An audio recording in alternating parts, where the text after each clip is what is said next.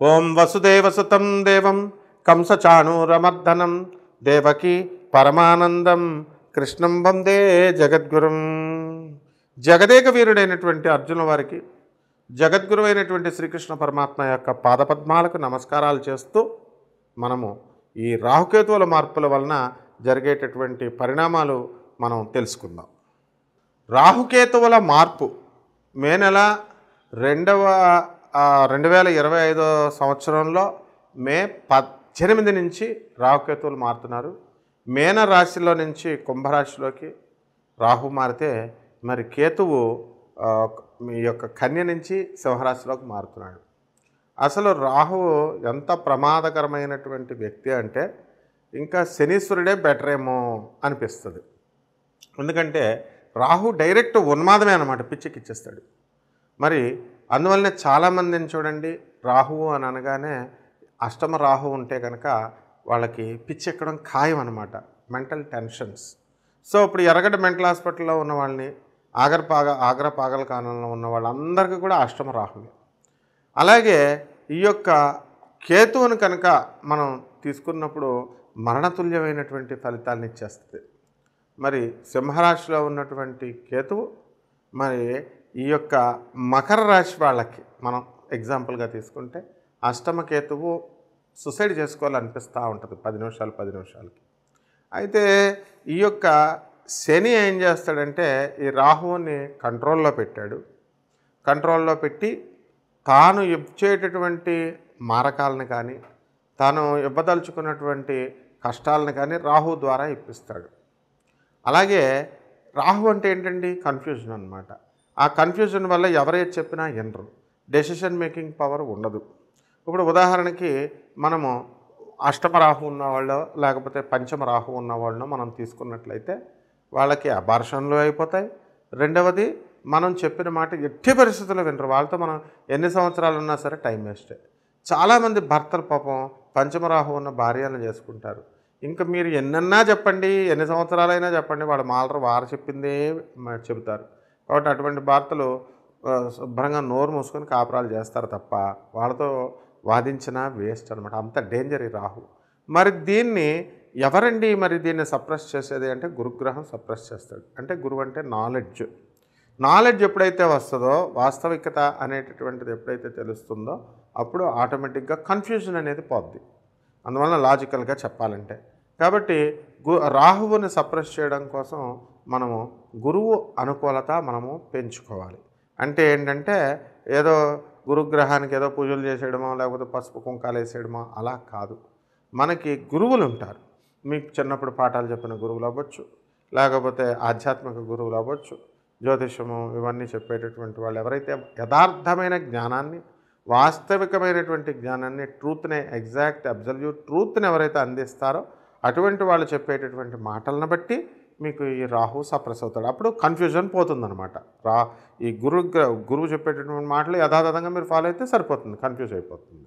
ఈ విధంగా మనకి ఇప్పుడు ఈ రాశులు, ఈ రాహుకేతువుల మార్పుల వల్ల 12 రాశుల వారికి ఎలాంటి మార్పులు తీసుకొస్తుందో మనం ఒక్కొక్క రాశి వారిని చూద్దాం.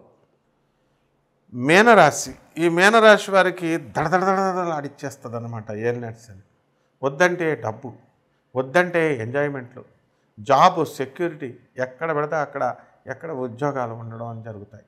ఎక్కడా కూడా మీకు ఉద్యోగం అనేది ప్రమాదంలో ఉండదు. ఎంఎన్సీ కంపెనీల్లో చేస్తున్నటువంటి వాళ్ళు మేము వర్క్ ఫ్రమ్ హోమ్ అవసరం లేదురా నాయన, మేము ఆఫీస్కి వస్తామన్నా సరే లేదు, నువ్వు ఆఫీస్ నుంచే చెయ్యి అనే వెసులుబాటు అసలు తీవ్రంగా ఉంటుందన్నమాట. హ్యాపీగా మీరు రకరకాల వ్యాపారాలు చేసుకోవాలనేటటువంటి ఆలోచనలు వచ్చేస్తాయి.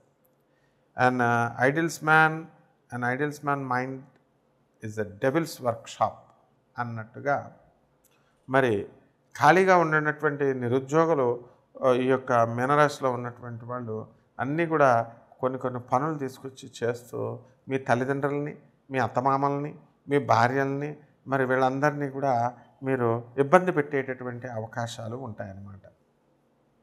ఈ రకంగా ఈ యొక్క మీనరాశి వారంతా కూడా అనుకున్న పనులన్నీ కూడా అనుకున్నట్టు సవ్యంగా మీరు చేసుకెళ్ళిపోవడం అనేటటువంటిది జరుగుతాయి. కాబట్టి ప్రభుత్వ ఉద్యోగాలలో ఎవరైతే ఉన్నారో అటువంటి వాళ్ళంతా కూడా చాలా చక్కగా మీరు చేసుకువెళ్ళడం అనేటటువంటి జరుగుతాయి.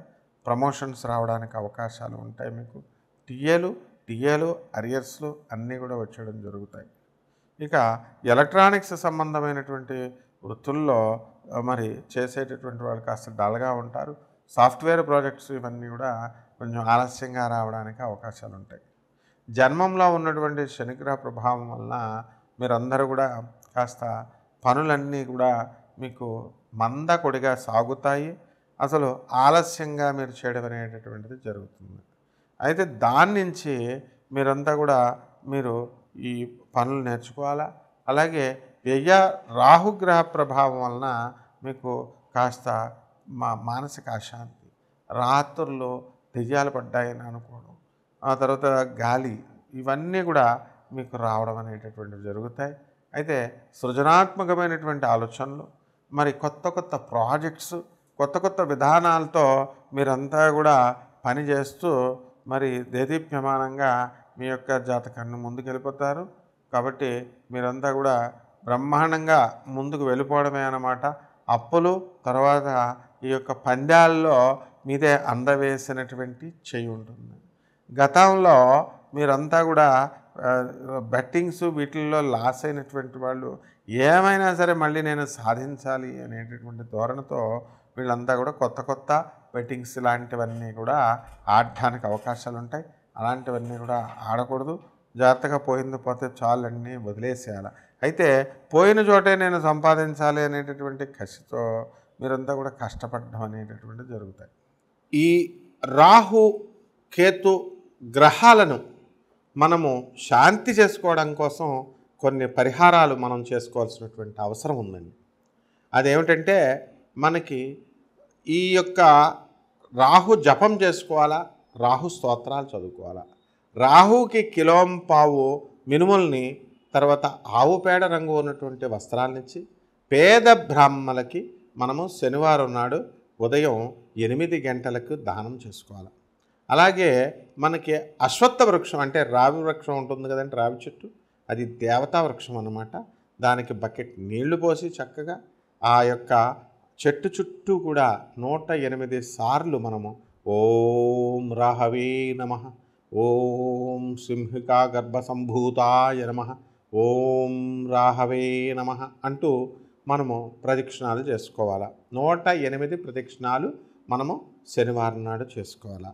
అలాగే దుర్గాదేవి యొక్క బెజవాడ కనకదుర్గమ్మ తల్లి యొక్క పటాన్ని తీసుకొని ఆ పైన ఒక యంత్రాన్ని కానీ లేదా అమ్మవారి పాదాల దగ్గర ఓం హ్రీం దుం దుర్గాయై నమః, ఓం హ్రీం దుం దుర్గాయై నమః అంటూ 108 సార్లు మనము అమ్మవారి యొక్క మంత్రాన్ని జపిస్తూ మనం కుంకుమ అర్చన మనం ఇంట్లో చేసుకోవాలి. ఇక పాయసాన్న ప్రియ త్వక్స్థ పశులోక భయంకరి అన్నారు. మరి ఆ పాయసానాన్ని మీరు నైవేద్యంగా పెట్టాలి. స్నిగ్ధౌజన ప్రియ అన్నారు. అందువలన దానిపైన చక్కగా ఇంత ఆవు నెయ్యిని నైవేద్యంగా పెట్టాలి. ఇకపోతే కేతువు కోసం కేతు ఈ యొక్క జపం చేసుకోవాలా, స్తోత్రాలు చదువుకోవాలా. కేతువుకి కిలోంపావు ఉలవల్ని, ఆ తర్వాత అన్ని రంగుల వస్త్రాన్ని ఇచ్చి పేద బ్రాహ్మణులకి మనము ఏం చేయాలండి, సోమవారం నాడు ఉదయం 7 గంటలకి మనము చక్కగా ఈ యొక్క దానం చేసుకోవాలి పేద బ్రాహ్మడికి. అంతేకాకుండా ఉలవ చారుని కాసి మరి పెరుగుతో మొత్తం అక్కడ ఉన్నటువంటి పేదవాళ్ళు, అనాథలు, వృద్ధులు, సాధువులు ఎవరైతే ఉన్నారో వాళ్ళకి అన్నదానం చేయడం ద్వారా మీకు ఈ కేతుదోషం పోతుంది. అంతేకాకుండా మనము గరిక గడ్డిని తీసుకొని గరిక గడ్డితో ఓం గణేశాయ నమః అనేటటువంటి మహామంత్రంతో మనము గణపతి ఆరాధన చేయాలి. ఆ విధంగా చేసిన తర్వాత చక్కగా గణపతి మహారాజుకి లడ్డూల్ని కానీ మరి కుడుముల్ని కానీ నైవేద్యంగా పెట్టి మనం సోమవారం నాడు కనుక చేసినట్లయితే ఈ కేతుదోషం కూడా పోతుంది. ఇకపోతే జంట నాగులు ఉన్నటువంటి చోట ఎక్కడైనా సరే, ఏ గుడిలో అయినా సరే మీరు చక్కగా వాటి మీద పాలు పోసుకొని పంచామృతాలతో మీరు ఓం రాహవే నమః, ఓం కేతవే నమః అంటూ చేసుకోవాలి. అలాగే నీళ్లతో అభిషేకం చేసుకోవచ్చు మీకు మీరుగా. అలాగే ఆ పడగ, ఈ యొక్క జంట నాగుల పడగ ఉంటే ఆ పడగని మీరు ఇంట్లో పెట్టుకొని చక్కగా ప్రతిరోజు కూడా ముఖ్యంగా సోమవారము శనివారం నాడు ఈ ఈ విధంగా అభిషేకం చేసుకోవాలి. అలాగే మనము ఒక రాగి చెంబులో చక్కగా పసుపు, కుంకుమ, అక్షతలు, పైన ఒక పుష్పాన్ని, గులాబీ పుష్పాన్ని కానీ లేదా చామంతి పుష్పాన్ని కానీ ఆ సీజన్లో దొరికేటటువంటి దాన్ని మనం తీసుకొని ఆగ్నేయ మూలంలో మనం పెట్టాలి. ఆగ్నేయ మూలంలో పెట్టిన తర్వాత చక్కగా ఈ యొక్క రాహుకేతువుల్ని స్మరించుకున్నట్లయితే సకల దోషాలు పోయి మీకు ఈ సంవత్సరంన్నర పాటు కూడా మీరు సుఖశాంతులతో ఉంటారు. ఇల్లు లేనటువంటి వాళ్ళు ఇల్లు కొంటారు, పెళ్ళాలు లేనటువంటి వాళ్ళకి పెళ్ళాలు వస్తారు, మొగుళ్ళు లేనటువంటి వాళ్ళకి మొగుళ్ళు వస్తారు, పిల్లలు లేనటువంటి వాళ్ళకి కవల పిల్లలు పుడతారు. ఇందులో శాస్త్రం చెప్పేది. మీరు పిల్లలంటే ఏదో ఒక పిల్లడు పుడతాడు అనుకుంటారు కదా, రాహుకేతువులు ఉంటేనే కవల పిల్లలు పుడతారు. ట్రిప్లెట్స్ అని పుడతారు, అంటే జంట. అలాంటి 3 రెళ్ళు 6 పిల్లలు పుట్టిన వాళ్ళు ఉన్నారు. ఫారెన్లో మీరు న్యూస్ చూసుంటారు. 8 మంది పిల్లలు కూడా పుట్టినట్టుంటారు, డూప్లెట్స్. ఇలా ఉంటారనమాట. కాబట్టి పుష్కలమైనటువంటి మీ యొక్క సమస్త సమస్యల్ని ఈ రాహుకేతువులు పరిష్కారం చేస్తే ఈ చిన్న చిన్న పరిష్కారాల ద్వారా శుభమస్తు.